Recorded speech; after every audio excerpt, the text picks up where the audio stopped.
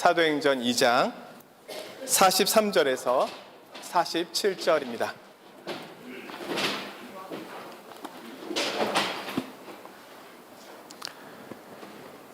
오늘 본문 말씀을 제가 받들어 봉독하도록 하겠습니다. 사람마다 두려워하는데 사도들로 말미암아 기사와 표적이 많이 나타나니 믿는 사람이 다 함께 있어 모든 물건을 서로 통용하고 또 재산과 소유를 팔아 각 사람의 필요를 따라 나눠주며 날마다 마음을 같이하여 성전에 모이기를 힘쓰고 집에서 떡을 떼며 기쁨과 순전한 마음으로 음식을 먹고 하나님을 찬미하며 또 온 백성에게 칭송을 받으니 주께서 구원받는 사람을 날마다 더하게 하시니라. 아멘.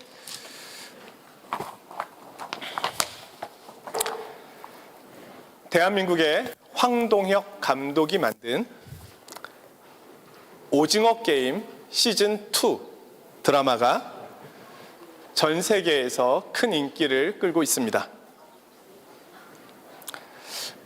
오징어 게임 드라마는 456명의 게임 참가자가 456억의 상금을 차지하기 위해 치열한 게임을 하는 내용입니다. 그런데 이 상금은 딱 한 사람에게만 주어지고 결국 나머지 사람들은 다 죽습니다. 456억의 상금은 다른 사람들의 목숨 값인 겁니다. 우리는 이 드라마를 보면서 게임 속에서 살아남기 위해 온 힘을 다하는 그들의 모습이 오늘날 현대인의 모습이며 나의 모습이기도 하다고 공감합니다. 오징어 게임에 참여한 모든 사람에게는 그 게임에 참여할 수밖에 없었던 저마다의 이유들이 있습니다. 아이의 병원 치료비를 마련하기 위해, 도박빚을 갚기 위해, 부양해야 할 가족을 위해, 이들이 가진 문제를 해결하기 위한 대안은 하나입니다. 돈입니다. 돈만 있으면 자신의 모든 문제가 해결될 수 있을 것 같습니다. 그러나 시즌 1에서 보았듯이 1등을 하여 456억을 얻은 주인공은 돈을 마음껏 사용하지 못합니다. 누군가의 희생으로 얻은 돈이기에 그들을 생각하면 쓸 수가 없는 겁니다. 더군다나 주인공 자신도 돈을 벌어야 했던 이유가 어머니 때문이었는데 게임을 마치고 오니 어머니는 이미 돌아가셨습니다. 정작 사람이 없다면 돈도 의미가 없는 겁니다. 오징어 게임의 현실은 오늘날의 모습만은 아닐 겁니다. 인류는 늘 살아남기 위한 전쟁과 같은 수고를 해왔습니다. 2000년 전 예수님 당시를 한번 생각해 보겠습니다. 그들의 현실은 오늘날 우리보다 나았을까요? 베드로가 주님을 만났을 때 그는 밤이 새도록 수고를 하였지만 물고기 한 마리 잡지 못한 빈 그물만 가지고 있었던 때였습니다. 가룟 유다는 예수님을 돈, 은 30냥에 팔았습니다. 바울 사도는 영적 아들인 디모데에게 보내는 편지에서 돈을 사랑하는 것은 일만악의 뿌리가 된다라고 말씀하며 경계를 주었습니다. 당시의 사람들에게도 인생의 문제의 가장 큰 대안은 돈이었던 겁니다. 게다가 수많은 병자들도 나을 수만 있다면 예수님의 옷자락이라도 만지러 모여들 정도로 그들의 삶의 자리는 녹록지 않았습니다. 그들은 어떻게든 살아남아야만 했고 삶이 어려울수록 메시아, 구원자에 대한 갈망은 어느 때보다 커져갔습니다. 메시아가 오시면 자신들의 문제를 해결해 주실 것이라고 그들은 기대하였습니다. 이에 대한 응답으로 찾아오신 분이 예수님이셨습니다. 예수님께서는 오셔서 그들에게 하나님 나라의 복음을 전해주셨습니다. 오병이어 기적으로 그들을 배불리셨고 병든 자를 고치심으로 질병에서 그들을 건져주셨으며 하나님 나라의 이야기를 그들에게 들려주심으로 그들은 기쁨을 누릴 수가 있었습니다. 그러나 그들의 형편을 너무나 잘 알고 계신 예수님께서는 그들에게 어떤 유산도 남기지 않으시고 십자가와 부활 이후에 하늘로 올라가셨습니다. 모든 것이 잠시 꿈꾼 것 같았습니다. 주님께서 떠나시자 그들은 다시 일상으로 돌아왔습니다. 다시 치열한 삶의 현장이 그들을 기다리고 있었습니다. 그들의 문제는 해결된 것이 없었습니다. 주님께서는 아무것도 바꾸어 놓은 것이 없는 것처럼 보였습니다. 그렇다면 주님의 십자가와 죽으심과 부활, 승천, 성령님에 대한 이 약속이 우리에게 가지고 온 결과는 과연 무엇일까요?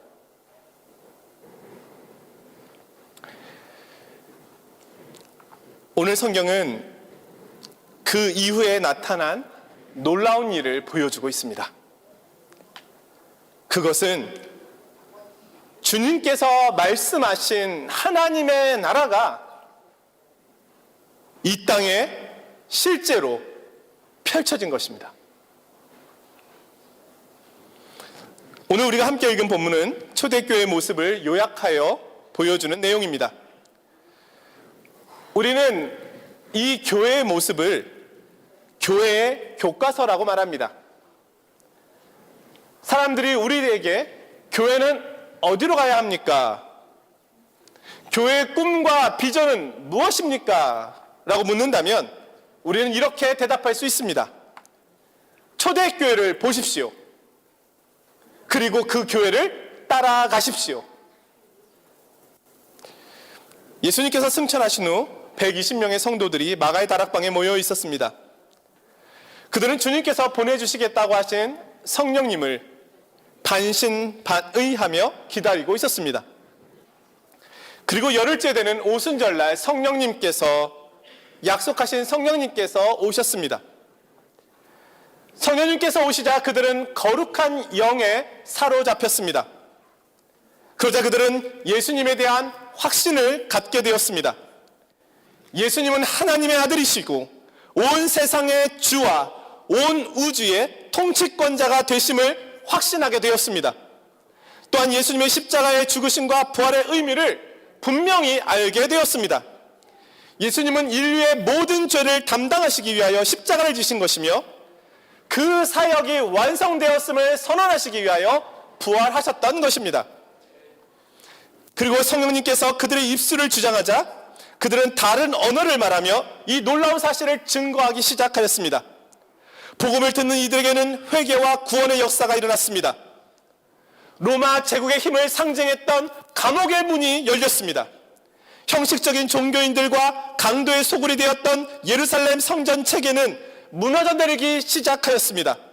그리고 그들의 모임 가운데 예수 그리스도의 십자가의 사랑, 죄사함의 복음이 하나님 나라의 아름다움으로 성도들을 통하여 나타나기 시작하였습니다. 성령님께 사로잡혔던 베드로 사도는 패역한 세대에서 구원을 받으라고 설교하였고 이에 3,000명이 회개하며 세례를 받았습니다. 그리고 사람들이 자발적으로 모이기 시작했습니다. 바로 거룩한 성도들의 모임인 교회가 탄생한 것입니다. 그들의 삶의 환경은 달라진 것이 없었습니다. 그러나 그들은 더 이상 자신들의 인생과 삶의 문제에 지쳐 있었던 그들이 아니었습니다. 돈이면 다 해결될 거야 하면서 물질을 움켜쥐고 있었던 그들이 아니었습니다. 천국에서 누가 크냐고 싸우고 있었던 그들이 아니었습니다. 이스라엘의 독립과 그에 대한 다른 의견을 가진 이들을 적대시하며 논쟁하고 있었던 그들이 아니었습니다. 그들은 이전과 전혀 다른 사람이 되어 있었습니다. 성령님께서 영원 속에서 시간 속으로 들어오시자, 그리고 그들을 다스리자, 그들 속에 새로운 시작과 새로운 창조가 일어난 것입니다. 이전 것은 지나갔고 새 것이 되어 있었습니다. 오늘 성경은 그때의 변화된 모습을 말씀해 주고 있습니다. 사람마다 두려워하는데 사도들로 말미암아 기사와 표적이 많이 나타나니 믿는 사람이 다 함께 있어 모든 물건을 서로 통용하고 또 재산과 소유를 팔아 각 사람의 필요를 따라 나눠주며 날마다 마음을 같이하여 성전에 모이기를 힘쓰고 집에서 떡을 떼며 기쁨과 순전한 마음으로 음식을 먹고 하나님을 찬미하며 또 온 백성에게 칭송을 받으니 주께서 구원받는 사람을 날마다 더하게 하시니라. 모두가 꿈꾸던 나라가 이루어졌습니다. 그들에게는 하나님에 대한 두려움이 있었고 그들의 모임에는 질서가 있었습니다. 정치적, 이념적 분열이 그쳤습니다. 노예와 주인이 함께 식탁 공동체에 참여하였습니다. 형제 사랑과 우애가 커졌습니다. 가난한 이웃을 위하여 자신의 재물을 낭비하는 이웃사랑의 실천이 있었습니다. 세상에서 그토록 강조하는 권력과 재물과 명예가 우습게만 여겨졌습니다. 그들은 술과 도박과 논쟁을 멈추고 날마다 성전에 모였습니다. 열심히 말씀을 공부하였습니다. 성도들과 교제하며 하나님께서 주신 은혜를 나눌 기쁨이 있었습니다. 그러나 주변의 사람들이 그들의 변화된 모습에 놀랐고 감동받았으며 칭찬하였습니다. 그들의 모임은 날마다 커져갔습니다. 겨자씨에서 시작된 나무처럼 하나님의 나라가 점점 더 커져가고 있었던 것입니다. 이 하나님의 나라가 동화 속에서가 아니라 실제하였던 것입니다. 이 모임은 이미 구약에서 예언되어 있었습니다.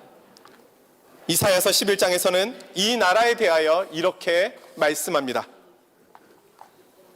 그때의 이리가 어린 양과 함께 살며 표범이 어린 염소와 함께 누우며 송아지와 어린 사자와 살진 짐승이 함께 있어 어린 아이에게 끌리며 암소와 곰이 함께 먹으며 그것들의 새끼가 함께 엎드리며 사자가 소처럼 풀을 먹을 것이며 젖먹는 아이가 독사의 구멍에서 장난하며 젖된 어린 아이가 독사의 굴에 손을 넣을 것이라. 내 거룩한 산 모든 곳에서 해됨도 없고 상함도 없을 것이니 이는 물이 바다를 덮음같이 여호와를 아는 지식이 세상에 충만할 것임이니라. 이리, 표범, 사자, 곰, 독사, 그들은 약자를 삼키는 권력자요 부유한 이들이었습니다. 이들이 어린 양, 어린 염소, 송아지, 암소, 어린아이와 같은 약자들을 위하여 자신을 내어주는 겁니다. 그들을 위하여 희생합니다. 그들을 돌봅니다. 그들의 친구가 되고 이웃이 되어줍니다. 이 꿈의 나라가 이루어지는 것입니다. 이 예언의 성취의 현장이 바로 초대교회였습니다. 그런데 여기서 우리의 고민이 시작됩니다. 이것은 초대교회 이야기지요. 현실적으로 오늘날은 어렵지요. 맞습니다. 정직한 표현입니다. 현실적으로 어려운 것이 아니라 불가능합니다. 비현실적입니다. 그래서 우리는 비현실적으로 생각해 보아야 합니다. 우리의 힘으로 이 공동체, 이런 교회를 세우는 것은 불가능합니다. 죽었다 깨어나도 할 수 없습니다. 초대교회도 그들의 노력과 수고로 이러한 공동체를 만든 것이 아닙니다. 성령님이 그들에게 임하였고 그들은 성령으로 충만케 되었습니다. 바로 성령 하나님께서 이루신 것이었습니다. 교회사에 보면 세상이 무너져 보이는 가장 악하고 소망이 없던 때가 있었습니다. 그 시기는 교회도 연약하고 힘을 잃고 있을 때였습니다. 중세 유럽이 그러했고 영국의 산업혁명 직후가 그러했습니다. 대한민국의 일제 강점기가 그러했습니다. 그 위기의 때에 유럽에, 영국에, 대한민국에 성령님께서 놀랍도록 부어졌습니다. 교회가 새롭게 되었습니다. 많은 사람들이 복음의 확신 속에 있게 되었습니다. 그리고 가정과 직장까지도 새롭게 되었습니다. 우리는 이것을 부흥이라고 말합니다. 리바이벌, 다시, 바이벌, 살다. 다시 살게 되었다. 사도행전 1장 8절에 예수님께서 말씀하십니다. 오직 성령이 너희에게 임하시면 너희가 권능을 받고, 성령이 임하실 때만 권능을 받을 수 있습니다. 여기서 말하는 권능은 병고침과 은사만 말하는 것이 아닙니다. 복음에 대한 확신만을 말하는 것도 아닙니다. 성령님께서는 나를 하나님 나라의 백성으로 살아갈 수 있도록 나를 새롭게 하신다는 것을 말씀하고 있는 겁니다. 초대교회가 오순절 성령 강림을 통하여 교회의 교과서라고 불릴 수 있게 된 것은 성령님께서 그들의 마음과 생각과 자아를 고치셨기 때문입니다.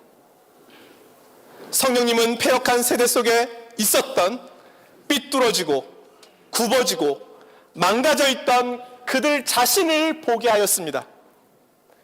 그리고 그 모든 패역들을 고치십니다. 거짓되고 위선되고 죄악된 자아를 죽이십니다. 그리고 대신 거룩하신 하나님의 영으로 채우십니다. 이 작은 자를 하나님의 사람으로 살아갈 수 있도록 붙드십니다. 이것이 성령님께서 주시는 권능입니다. 예수님께서는 십자가의 길을 가셨습니다. 우리는 주님께서 가신 그 길을 비아 돌로로사, 고난의 길이라고 이야기합니다. 제자들은 예수님께서 가시는 고난의 길을 따라갈 수 없었습니다.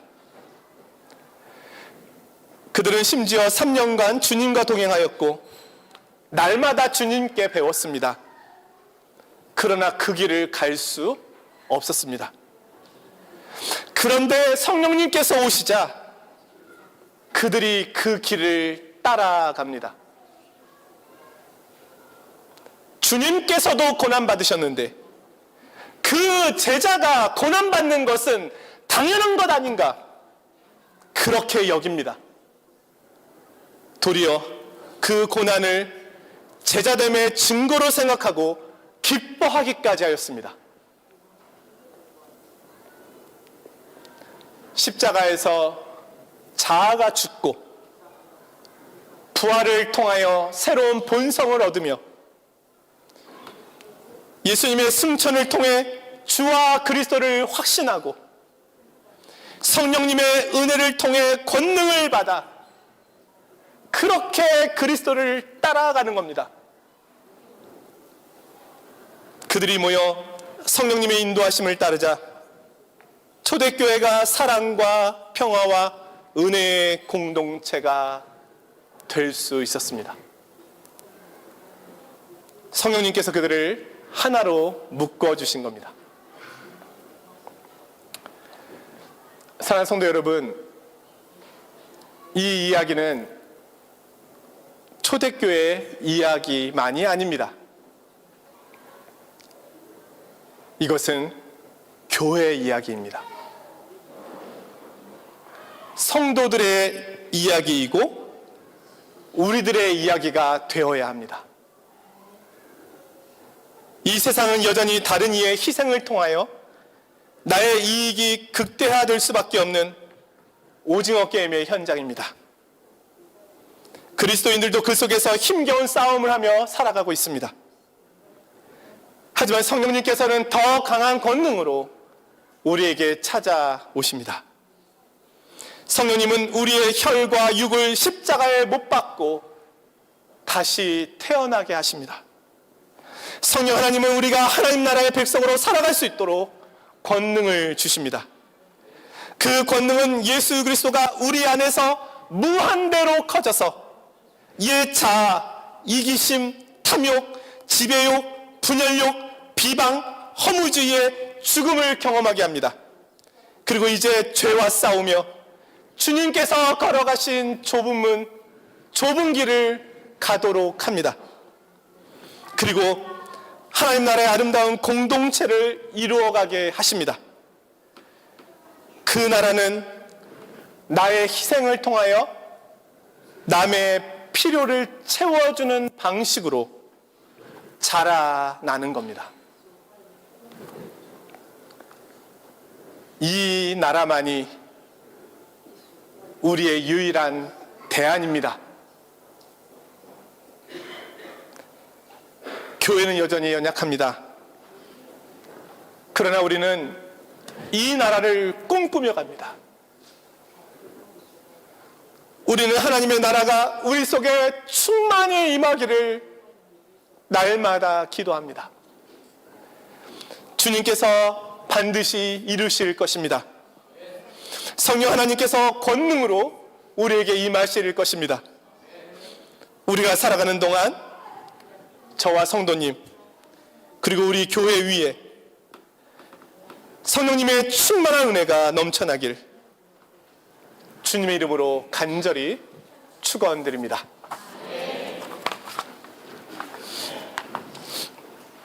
거룩하신 하나님 아버지, 초대교회의 모습은 초대교회의 이야기가 아니라 교회의 이야기임을 봅니다. 주님, 간절히 원하며 바라며 기도하오니 저희들에게 이 성령님의 강권적인 은혜를 부어 주옵소서. 저희도 주님을 따라가고 싶습니다. 저희도 주님처럼 하나님을 영화롭게 드리는 삶을 살고 싶습니다. 저희 파리장로교회 공동체가 그렇게 되도록 도와주시옵소서. 비현실적이 되도록 도와주시옵소서. 예수 그리스도의 이름으로 기도드리옵나이다. 아멘.